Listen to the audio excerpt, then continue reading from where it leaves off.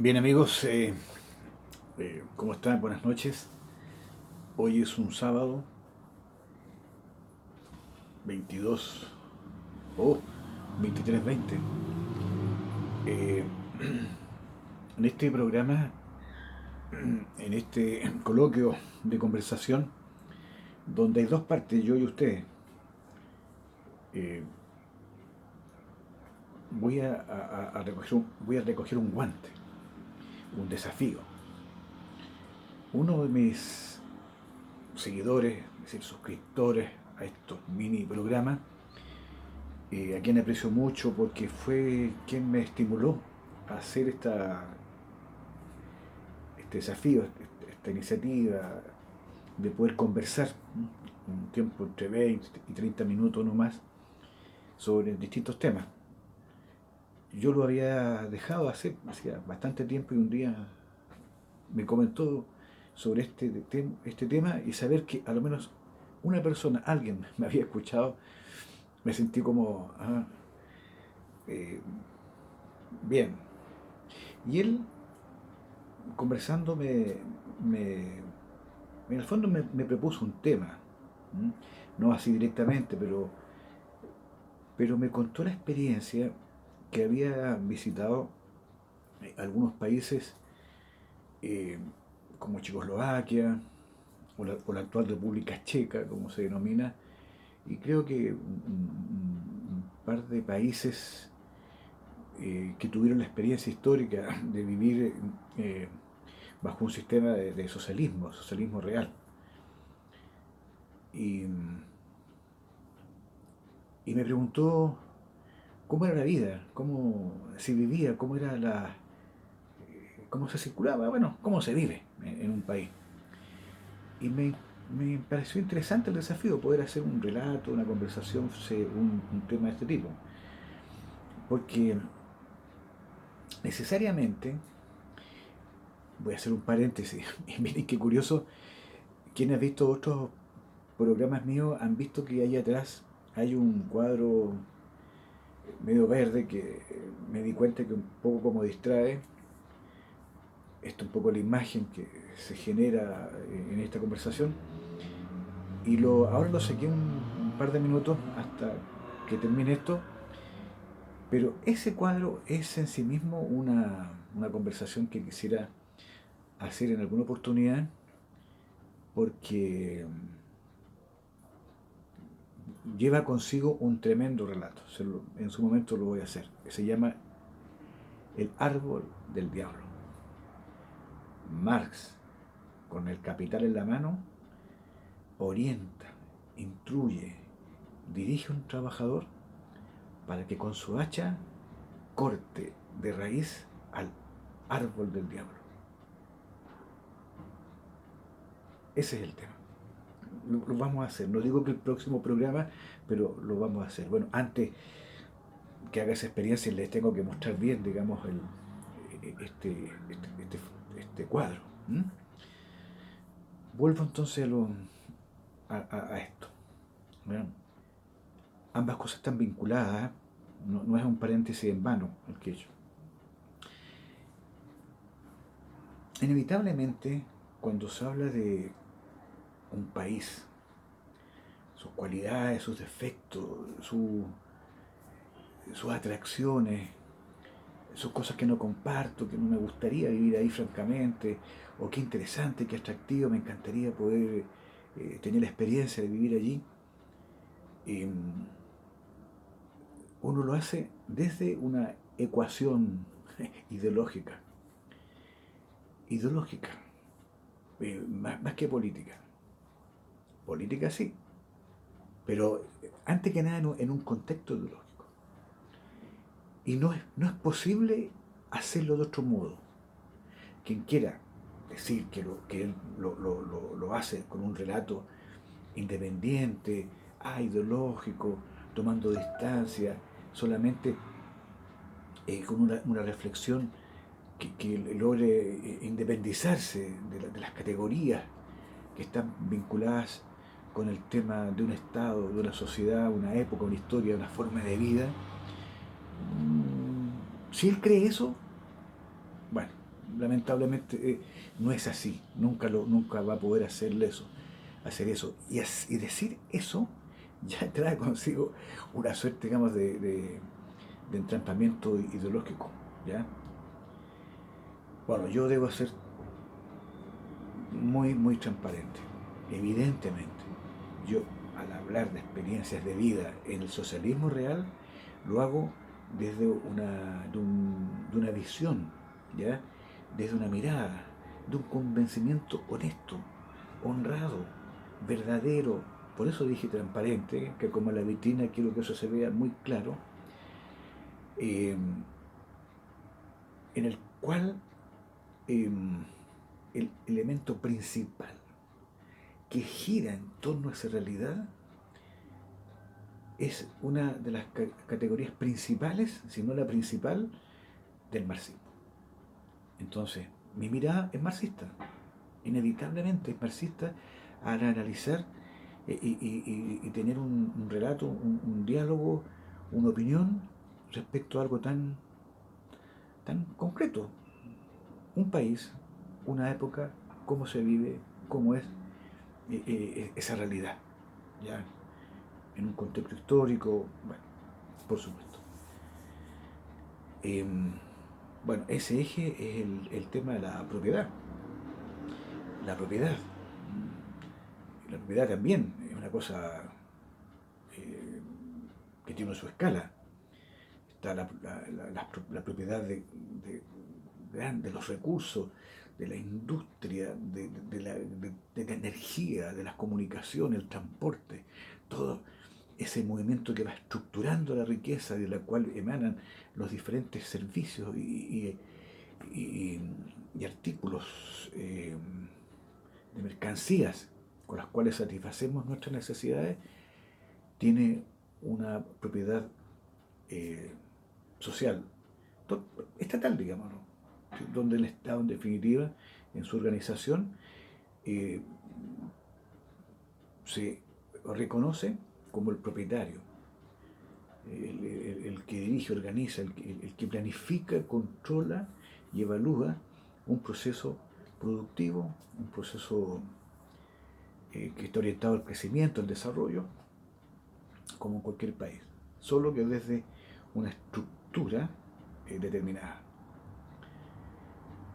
Y eso es diferente en otros países y una mirada no marxista, una mirada vinculada con una teoría que parte de la base que la propiedad se distribuye en diversos actores, coordinados, sistematizados, dependientes unos de otros, pero en lo que se denomina la propiedad privada, donde ya el Estado no es el dueño, sino que el dueño es un privado, una persona, una familia, un grupo, ¿ya? Esa gran distinción, sin duda que lo estructura todo. Esa es una cosa a la cual yo creo y creo. La primera vez que tuve la experiencia de conocer un país socialista, de un país del socialismo real, en los 80 se comenzó a hablar, tal vez antes, pero yo tengo conciencia, en los 70-80 se comenzó a hablar del socialismo real. Y se hacía por una cuestión ideológica, porque en el lenguaje comunicacional, en la literatura, tanto en economía como en sociología o en la misma literatura de reflexión política, eh, siempre cuando se hablaba de socialismo se entendía según el contexto en el cual se hablaba. Pero evidentemente distintos actores ideológicos, políticos, empleaban legítimamente para sí el concepto de socialismo. Y se entiende que el abanico de sistemas tales que por su eje se pueden denominar socialistas es muy diverso.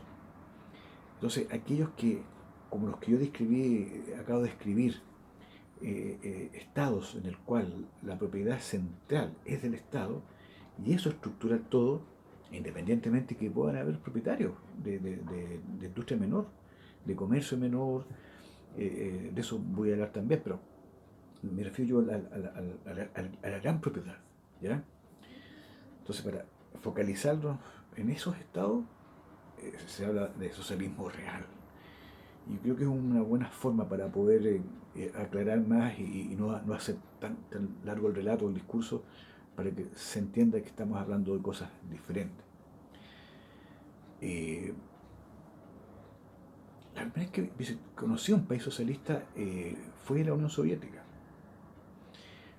Había un programa de estudio al cual invitaban los soviéticos a jóvenes estudiantes chilenos, a, eh, o a jóvenes vinculados con el mundo del trabajo, con experiencias como dirigentes juveniles en el plano de los sindicatos, a participar de un programa de estudio en lo que se denominaba la Universidad del Consumol, que era una universidad en el cual se dictaban carreras y también programas más limitados en el tiempo, eh, de un año o incluso a veces menos, eh, para los estudiantes que estudiaban ciencias políticas y gubernamentales y que su formación les iba a permitir de trabajar efectivamente en el aparato de la administración pública, del aparato estatal de la Unión Soviética, y se formaban allí. Me imagino que también en otras escuelas, no sé, las escuelas de derecho, en otras, no conozco bien el organigrama de la educación superior en la época. Bueno, se podría investigar, es cosa de buscar material y aclarar eso. Solo uno tiene los códigos de las grandes universidades que habían, no sé, la Universidad de Moscú, Lomosov, o Lubumba, que era una universidad muy orientada a poder educar jóvenes del tercer mundo o desde el exterior que tenían interés de poder formarse en una universidad eh, soviética. Y dentro de esta universidad está el Komsomol. Y como era una universidad bastante grande, habían también eh, delegaciones, estudiantes, dicho francamente, de todo el mundo, de Europa, eh, casi todos los países, de América Latina, del Caribe, bueno, de África, de los países árabes, de la India. Eh, si no, habían jóvenes de todos los países, de la inmensa mayoría. Era un lugar muy rico en poder conocer tanta diversidad con la limitante, terrible, terrible, terrible, que es el lenguaje, la lengua, para poder comunicarse. Por mucho que a veces la lengua de las señas ayuda, pero nunca va a ser precisa, que uno pueda dialogar, conversar desde una lengua que mutuamente se comprende y se entiende. Hoy a lo menos están los programas de Google que uno puede más o menos decir algo y la otra persona puede automáticamente recibir la traducción y de ese modo, aunque sea a tropezones, poder comunicarse. Antes no estaba esa posibilidad de no mediar un traductor o alguien que le ayudara a uno a conversar vía este traductor. Ese era lo más lamentable. Bueno, cuando junto con otros amigos, compañeros de la delegación, nos conocimos, yo conocí a un par, uno o dos, o una compañera, y de todo el grupo uno los fue conociendo en el camino. Ellos habían organizado la parte administrativa, digamos la dirección, las unidades que enviaban los pasajes, etcétera, de tal modo que organizaban los grupos para que viajaran juntos en vuelos, o al menos dos o tres vuelos para no que llegaran tan dispersos. También para ellos es una cosa cómoda. Y también en mi caso fuera la primera vez que viajaba al exterior.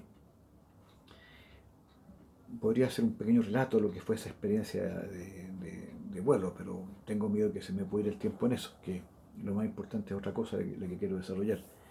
Bueno, y ahí conocí la Unión Soviética, pero desde ese punto, de ese lugar, que era la universidad. Por ende uno podía circular, conocer la ciudad, los museos, mucho de eso, pero interactuar con personas amigas, no sé, gente de trabajo, familia, eso estaba un poco limitado a conversar con las personas que trabajaban, desde las bibliotecas, las personas que trabajaban en la limpieza o las cocinas, o qué sé yo, en el gimnasio, eh, bueno, trabajadores que trabajaban dentro de la universidad. Uno podía más o menos champurrear y más o menos, pero era eso, no había mucha posibilidad más. Eh, pero eso al menos permite formarse una idea. Y la primera conclusión, que el socialismo real funciona, es así. De este modo el transporte, de este modo es la vida, de este modo se ve la producción, los periódicos, uno al menos puede ojear, digamos, diarios a través de fotografía o de titulares que uno le pueden traducir. Es un país, un país que por informarse cómo está organizado, bueno, tiene que tener alguien que se lo vaya contando o estudiando, ¿no? Cómo el Estado se organiza, desde una constitución, ¿cierto?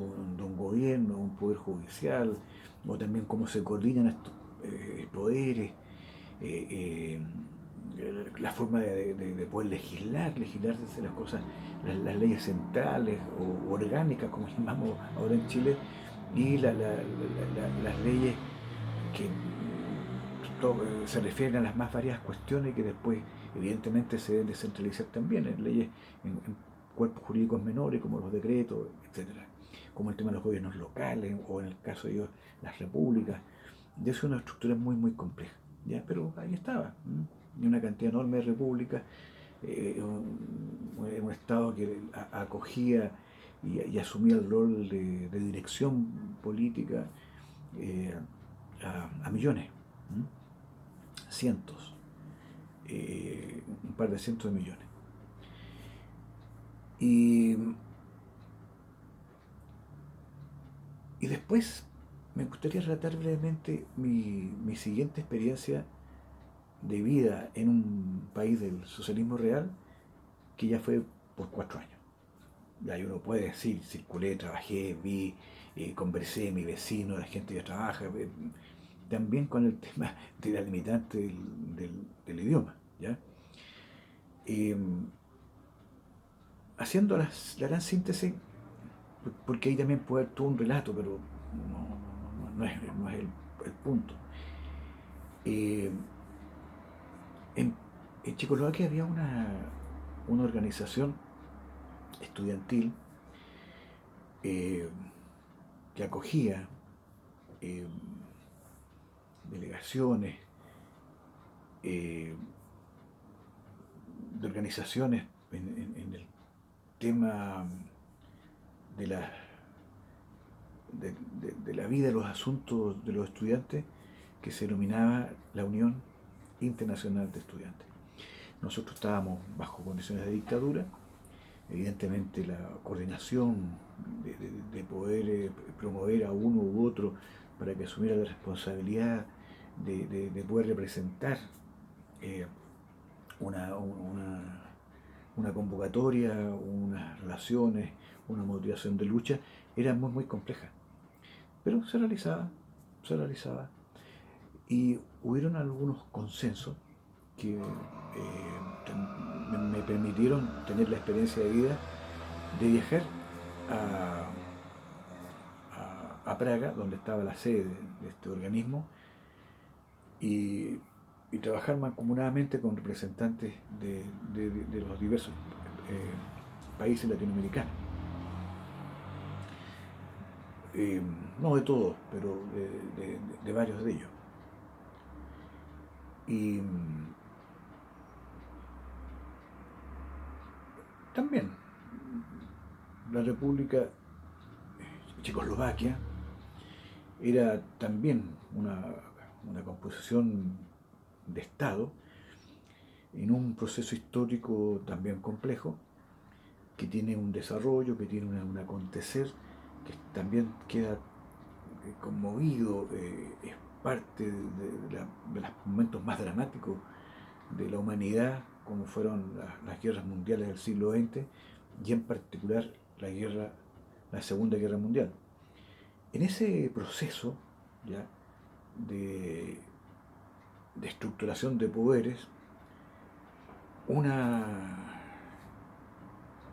unas variables, unos movimientos estructurales en política internacional establecieron la República Checa, que en ese momento era Checoslovaquia, que se componía con la Bohemia, los checoslovacos y los eslovacos, es decir, los checos y los eslovacos.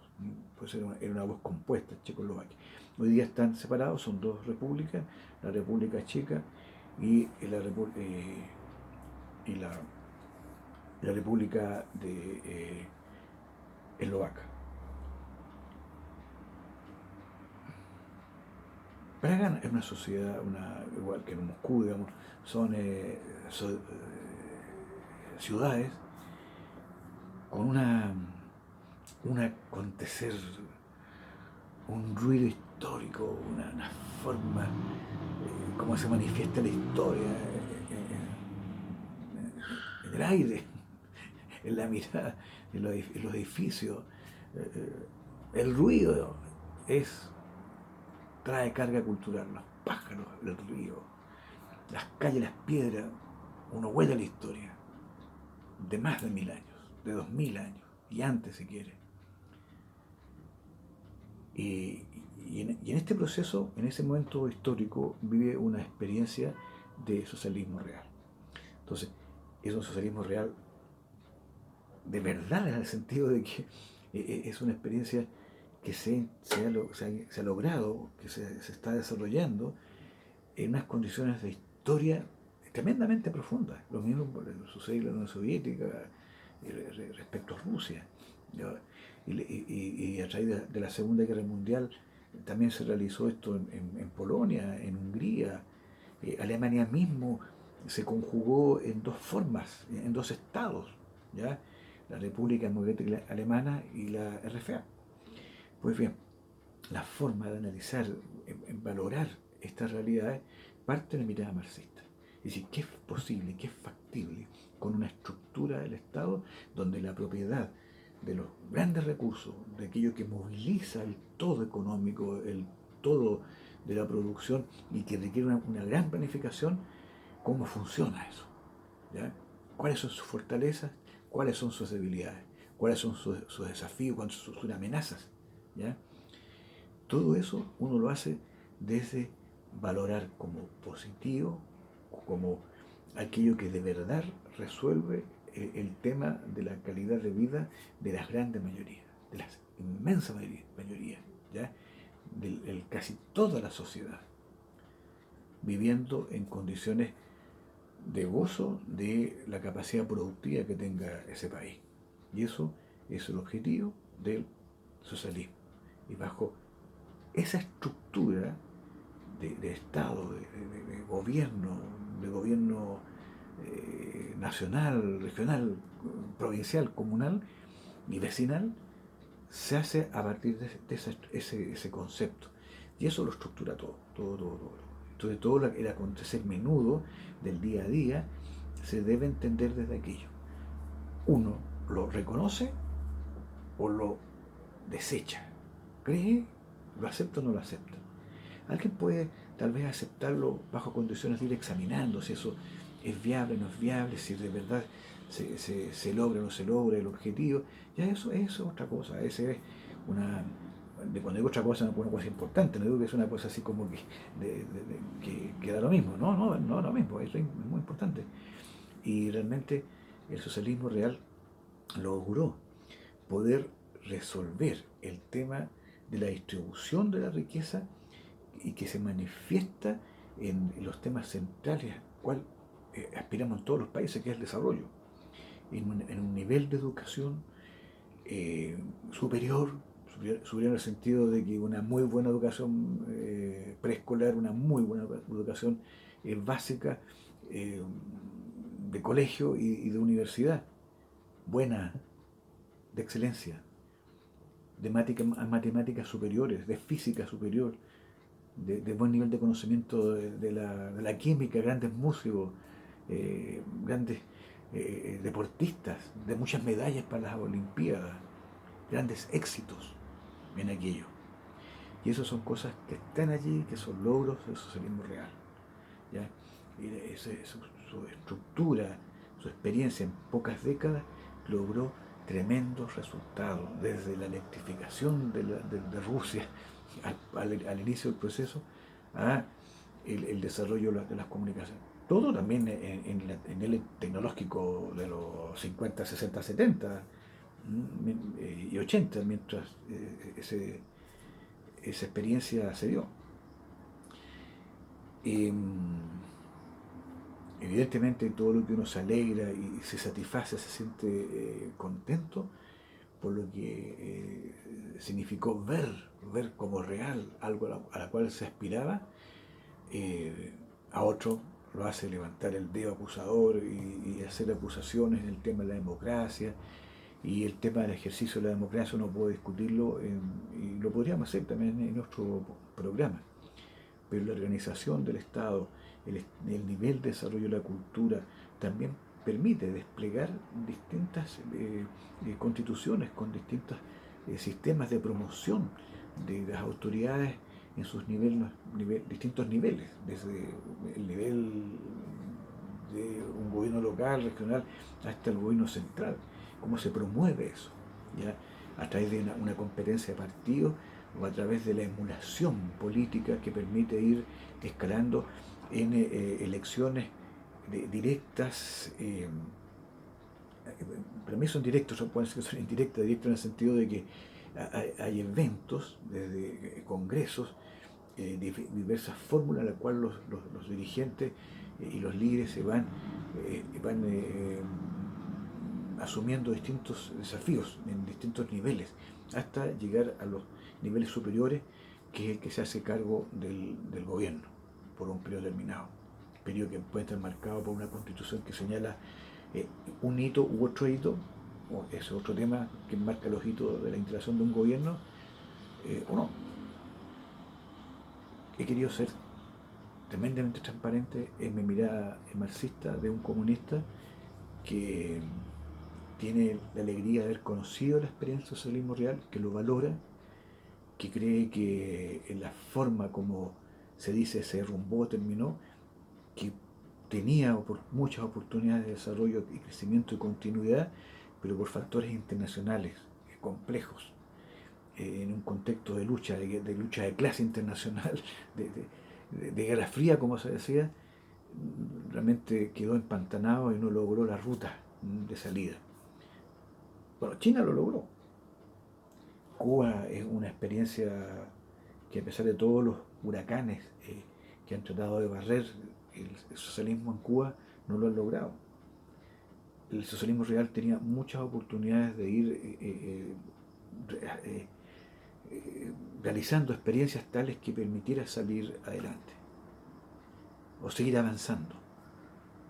Pero la experiencia del socialismo real en niveles superiores de educación y de luchas políticas que buscan reivindicar la democracia social, inevitablemente va a tener que retomar las experiencias del socialismo real y recrearlas en su oportunidad, en su forma, bajo condiciones de tecnología, bajo condiciones históricas diferentes, bajo nuevos desafíos. No podemos seguir viviendo bajo la tiranía, la tiranía del neoliberalismo, que tiene desprecio y mirada cuando se quema la Amazonas, que mira distante como no creer en el cambio climático porque le puede afectar sus intereses.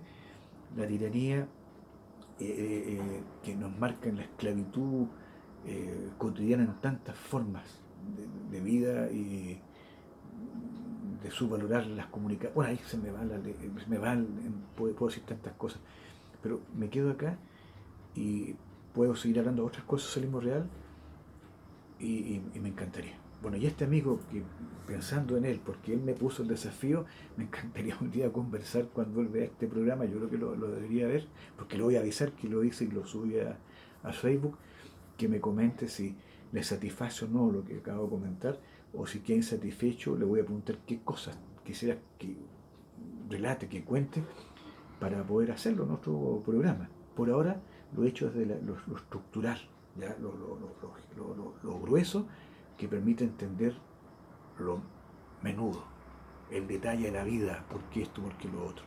Porque sin eso no se puede entender lo otro. Y bueno, me quedo hasta acá.